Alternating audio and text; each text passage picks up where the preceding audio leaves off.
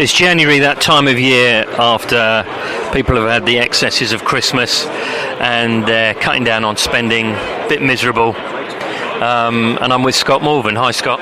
Hi. You probably have friends who've got birthdays in January, and people who have birthdays in January don't like it because no one wants to go out. Everyone's a bit miserable. Do you know anyone like that? I can't say I know of anyone in particular. There's a few people I work with, but they're miserable all year round, so...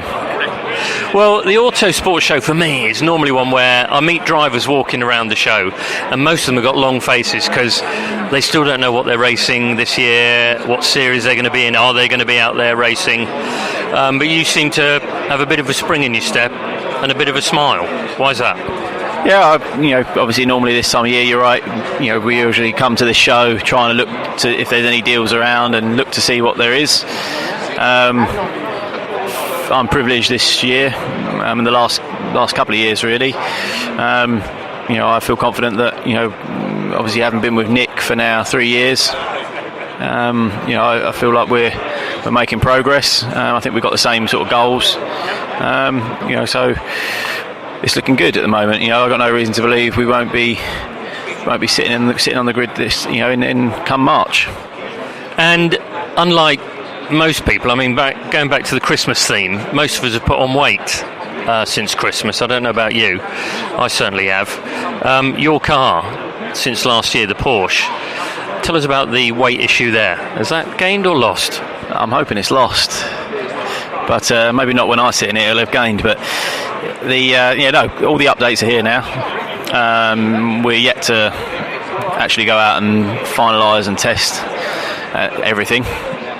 So hopefully we'll in the next few weeks we'll start our test program, and we can run through all the permutations that we've got available to us. So you've driven that car last year without the updates, and that was clearly frustrating for you, knowing what it should be capable of and languishing in the position you shouldn't have been on the grid or in the race. How excited are you about this year? Are you that sort of excitement level of a kid with a new toy? Yeah, to a degree, yes. Obviously, I'm keen to go and see. Once we start our test program and see where we are. Obviously, we can only roughly gauge where we're going to be in testing. Until that qualifying comes at Alton Park, we're not really going to know.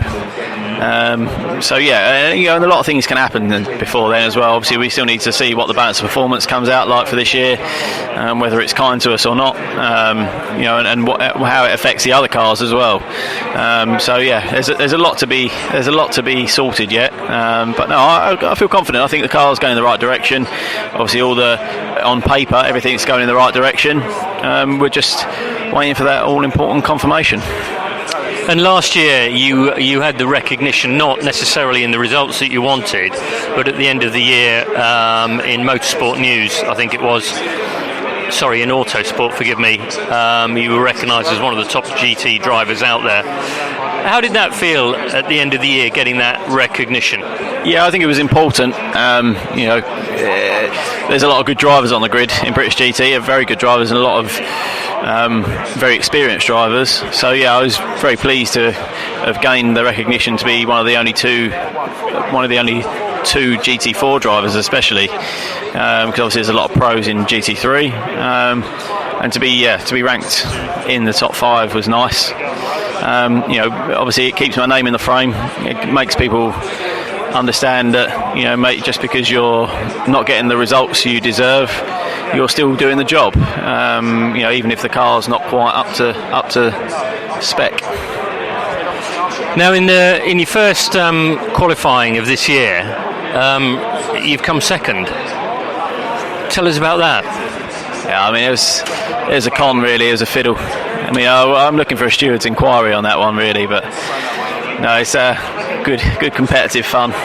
Just to put that into context, Scott Malvern and Harrison Scott have been on one of the new VR machines up here at the Autosport Show, and they were going to have one go each, but one of them went quicker than the other one, and then the other one, and that seems the pattern of behaviour.